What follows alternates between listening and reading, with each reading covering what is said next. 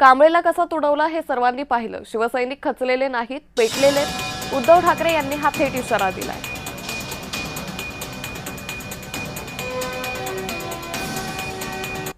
आजचा वर्धापन दिन अनेकांना वाटलं असेल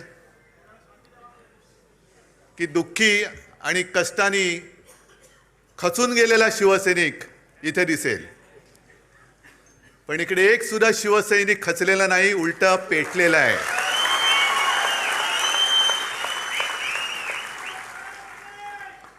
आणि त्या कांबळेला कसा तुडवला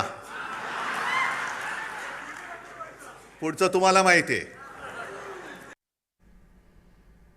हिम्मत असेल तर समोर या, शिंदेंचं राऊतांना हे आवाहन आहे। तुडवायला शिवसैनिक तुमचे पाय जागेवर ठेवतील का, असा इशाराही त्यांनी दिलेला आहे।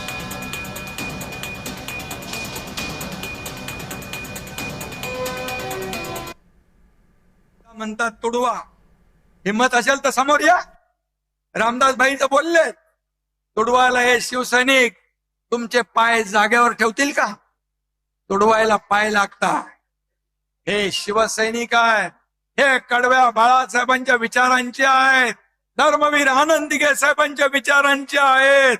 त्यामुळे आता किती केविलवाना, सकाळी खासदारांना शिव्या द्यायच्या आणि संध्याकाळी त्यांच्याबद्दल चांगलं म्हणायचं, हे काय चालू आहे? तुम लढो हम कपडा संभालते, अशी शिवसेना चालत नाही। तुम्हाला मुलं होत नाहीत, मग दुसऱ्यांची का पळवतात? दुसऱ्यांचे बाप चोरायची वेळ यांच्यावर आली आहे। उद्धव ठाकरे यांनी एकनाथ शिंदेंना टोला लगावलाय। तुम्हाला राजकारणात पोरं होत नाही म्हणून आमची का पळवत आहे? तुमच्या वांजोटेपणावर तुम्ही उपचार करा ना, विचाराचं वांजोटेपण आहे तुमच्यामध्ये। आमची कशाला पोरं पळवतात? किती पळवाल पोरून? आमची काय तुमची पोरं पळवणारी टोळी म्हणून आमची पोरं पुरवणारी टोळी नाहीये। किती किती घेऊन जाल तुम्ही?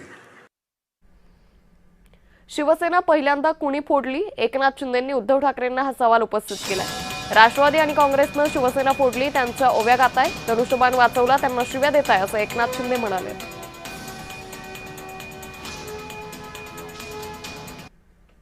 शिवसेना पहिल्यांदा कोणी फोडली? राष्ट्रवादीने। दुसऱ्यांदा कोणी फोडली? काँग्रेसने। त्यांच्यासाठी ओव्या गात आहे आणि ज्यांनी धनुष्यबाण गाण टाकलेला सोडवला, शिवसेना पुढे नेण्याचं विचार, पुढे नेण्याचं काम केलं, त्यांना शिव्या देत आहे। शेतकऱ्यांना हमीभाव नाही, मात्र खासदारांना हमीभाव ठरलाय। आमदार खासदारांना विकत घेण्यासाठी पैसा आहे, असा उद्धव ठाकरेंनी सवाल उपस्थित केलाय। मर मेहनत तुम्ही करायची, निवडून आपण आणायचं आणि यांचे खोक्यावर खोके। म्हणजे शेतकरी रडतोय, त्याच्या मालाला हमीभाव नाही, पण आमदार खासदाराचा हमीभाव ठरलेला आहे।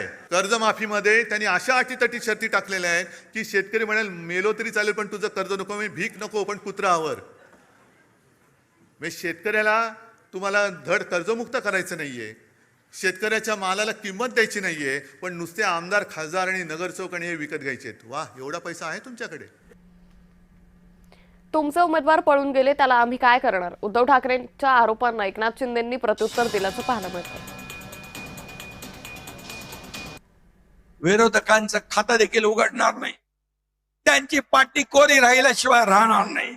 आपण बिनविरोध जिंकलो तरी आपले आरोप, और तुमचे उमेदवार जर टिकले नाही, पळून गेले, तर आम्ही काय करणार? हा महायुतीचा विजय, हा तुम्ही महायुतीच्या कार्यकर्त्यांचा विजय आहे। आपली महायुती मजबूत आहे।